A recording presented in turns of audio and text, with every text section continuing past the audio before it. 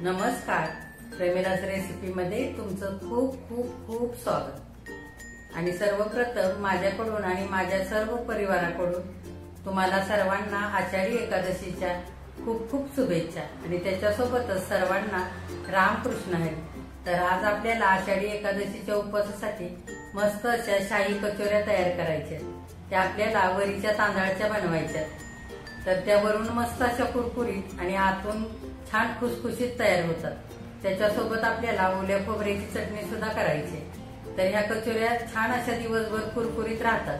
त्या तुम्ही डब्याला सुद्धा देऊ शकता, कुठल्याही उपवासाला सुद्धा बनवू शकता।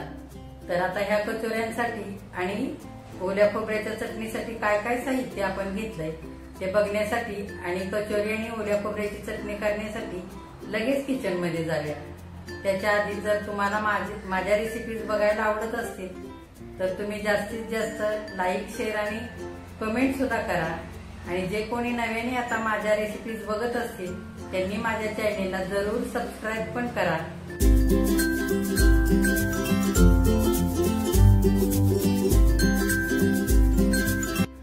आता आपण वरईच्या शाही कचोरीसाठी काय काय साहित्य घेतलंय ते बघूया। इकडे मी वरई घेतले 1 वाटी। याला भगर पण म्हणतात। ही कुठल्याही किराणा मालाच्या दुकानात सहज मिळते। ओलं खोबरं घेतलंय खरवडून मी 1 वाटी। 1 चमचा दळलेली साखर घेतले। इकडे 1 चमचा साबुदाणे घेतलेत। अर्ध्या लिंबाचा रस घेतलाय। ही छोटी अर्धी वाटी पनीर हाताने असं कुस्करून घेतलंय। भाजलेले शेंगदाण्याचा कूट घेतलाय ओबडधोबड करून, हा 3 चमचे घेतलाय। इथे तिखट मिरचीचा ठेचा 1 चमचा आणि 2 कमी तिखट मिरच्या बारीक चिरून घेतल्यात। चवीनुसार मीठ, जिरे घेतले 1 चमचा।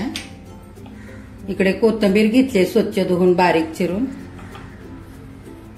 बटाटे उकडून साल काढून असे घेतलेत 2। इथे काजू, बदाम आणि पिस्ते, हे 5-6 काजू, 5-6 बदाम, 5-6 पिस्ते असे बारीक चिरून घेतलेत। इकडे 5-6 अशा मनुका घेतल्यात मी बारीक तुकडे करून आणि अर्धा चमचा चारोळी घेतली। तर इकडे तेल घेतले। आता आपण पहिल्यांदा काय काय करायचंय ते बघूया। ते आपल्याला वरई आणि साबुदाणे भाजून घ्यायचे, हलकेसे सुगंध सुटेपर्यंत भाजायचे। आता हे पॅन ठेवलेला आहे मी, गरम झालेला आहे। आपण वरई घालून घेऊया। त्याच्यामध्ये हे साबुदाणे पण घालू आणि छान परतवून घेऊया। हे सुगंध सुटेपर्यंतच आपल्याला हे भाजून घ्यायचंय।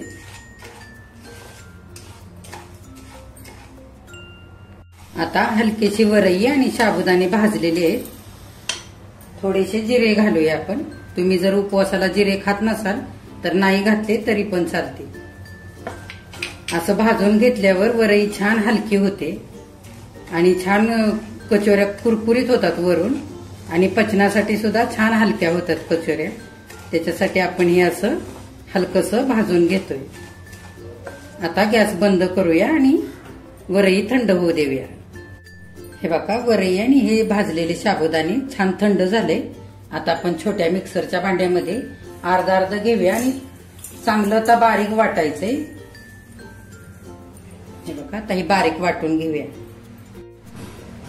हे बघा, सगळी वरई वाटून झालेली आहे। हे बघा, असं हातावर केल्यावर अगदी हलकी रवाळ अशी लागते हाताला।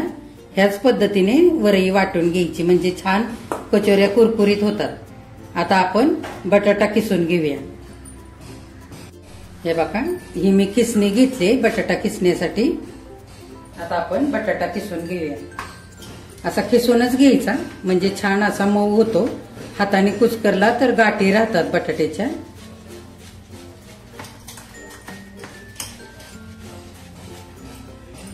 हे बघा, मस्त असं मऊ व्हायला हवं।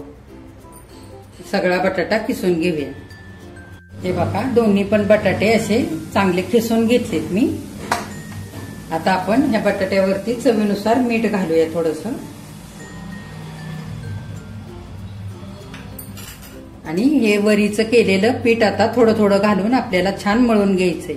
पाणी नाही वापरायचं. ह्या बटाट्यामध्ये किती मावेल इतकं आधी पीठ घालायचं आणि मळायचं. हे बघा, असं थोडंसं घालून घेऊया पीठ.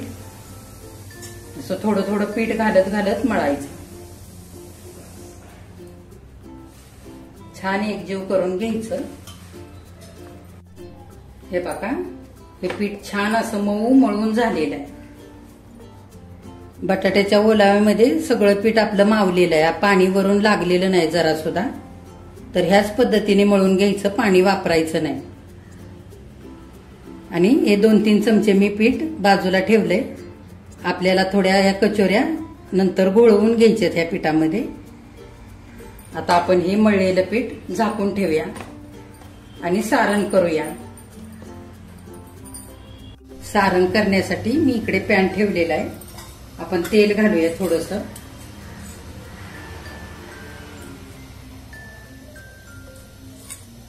तुम्ही इकडे तूप पण वापरू शकता. तेल आता गरम झालेलं आहे. आपण जिरे घालूया थोडेसे.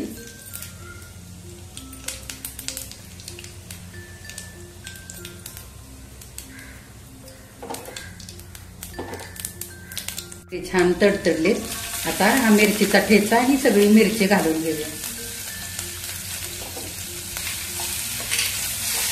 चांगलं परतवून घ्यायचंय तेलामध्ये. मिरची चांगली परतले. तुम्ही इकडे लाल तिखट पण वापरू शकता, जे उपवासाला चालतं ते लाल तिखट. हे बघा, आता हे खोबरं पण घालून घेऊया आपण खरवडलेलं. चांगलं हलवून घ्यायचं. आता हे ओबडधोबड केलेलं शेंगदाण्याचं कूट घालूया. त्याच्यामध्ये हे कुस्करलेलं पनीर पण घालूया. तुम्ही थोडा शिजवलेला बटाटा पण थोडासा घालू शकता या सारणामध्ये. हे बदाम कापून घेतलेले हे पण घालूया.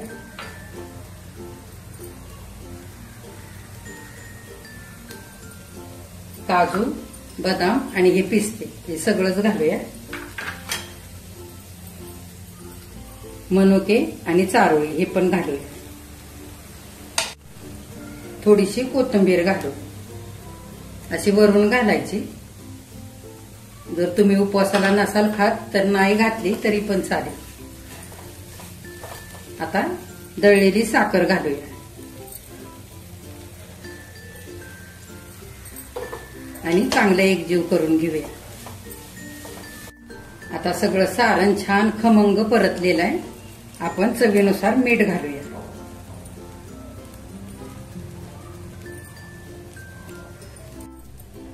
आता चांगलं सारण परतलंय. आपण हा लिंबाचा रस घालूया. छान अशी आंबट चव येईल सारणाला. आता आपलं कचोरीचं सारण थंड होतंय तोपर्यंत ओल्या खोबऱ्याची आपण चटणी करूया. हे बघा, 1 वाटी मी हे खरवडलेलं ओलं खोबरं घेतलंय. इथे भाजून शेंगदाणे घेतलेत ही पाववाटी. इथे पाववाटी दही घेतलंय. इथे 5-6 काजू आणि 5-6 बदाम घेतले.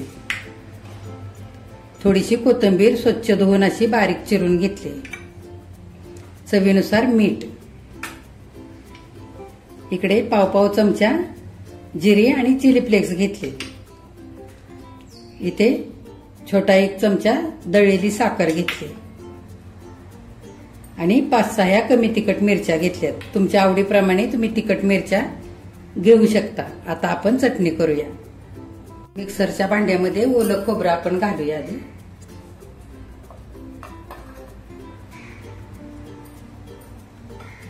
त्याच्यामध्ये हे शेंगदाणे घालूया. ही कोथिंबीर पण घालूया. मिरच्या घालूया. हे काजू बदाम घालूया. ह्याच्यानी चटणी खूप छान चवीला होते. साखर घालूया. आणि चवीनुसार मीठ घालूया.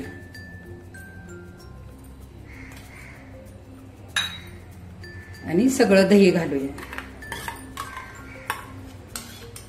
हे बघा, दह्याची वाटी धुवून मी पाणी पण घालून घेते. आता आपण वाटूया. चांगलं बारीक वाटून घ्यायची. हे बघा, खोबऱ्याची चटणी वाटून झालेली आहे. जर ह्या चटणीला तुम्हाला दही नसेल घालायचं तर थोडा लिंबाचा रस घातला तरी पण चालेल. आता आपण फोडणी करू. हे बघा, फोडणीसाठी मी हे 2-3 चमचे तेल फोडणीच्या भांड्यामध्ये घातलेलं आहे गरम होण्यासाठी. हे बघा, तेल चांगलं गरम होऊ देऊया. तेल गरम झाले, जिरे घालूया आपण. जिरे चांगले फुलू द्यायचे. हे चिली फ्लेक्स पण घालूया. फोडणी तयार झालेली आहे. आपण चटणीवरती घालून घेऊया.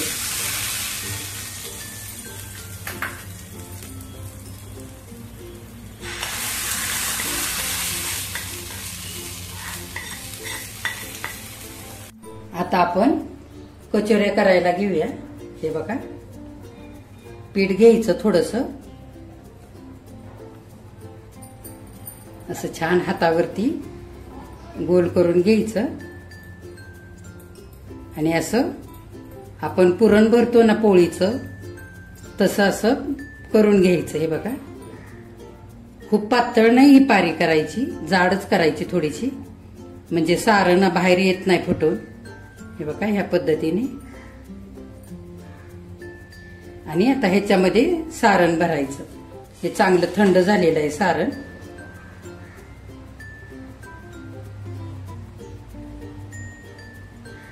आणि छान आता हे असं जुळवून घ्यायचं. हे बघा, असं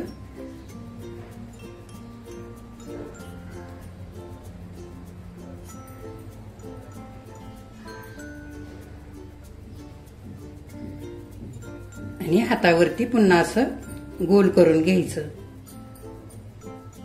तुम्ही तुमच्या आवडीप्रमाणे मोठ्या बारीक कचोऱ्या करू शकता. हे बघा, असं आणि थोडंसं असं पिठामध्ये घोळवून घ्यायचं. हे बघा, असं पीठ चांगलं झाडून घ्यायचं असं करून.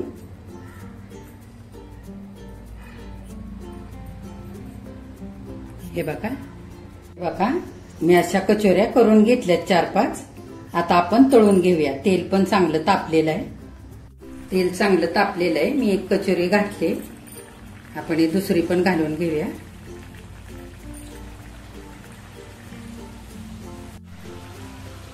हे बघा, ही पहिल्यांदा घातलेली छान तळलेली आहे. हे बघा, किती मस्त झाली. सगळ्या बाजूने एकसारखी तळून झालेली. हे बघा, दुसरी पण छान तळलेली आहे. काढून घेऊया.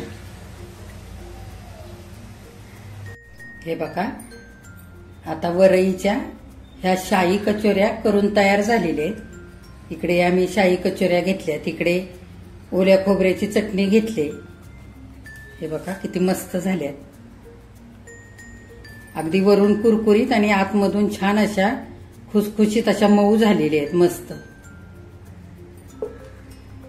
आणि इकडे ओल्या खोबऱ्याची चटणी, त्याच्यामध्ये आपण भाजलेले शेंगदाणे, काजू, बदाम असं सगळं घालून ही छान चटणी तयार केलेली.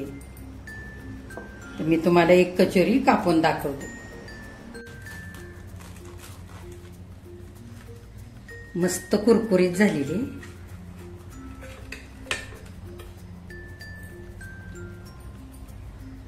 हे बघा, किती छान सारण आतलं दिसतंय. किती मस्त झाले. वरून छान कुरकुरीत आणि आतमध्ये किती सारण मस्त झालेलं आहे बघा. ही 5-7 तास चांगल्या अशाच कुरकुरीत राहतात. ह्या तुम्ही डब्याला सुद्धा देऊ शकता.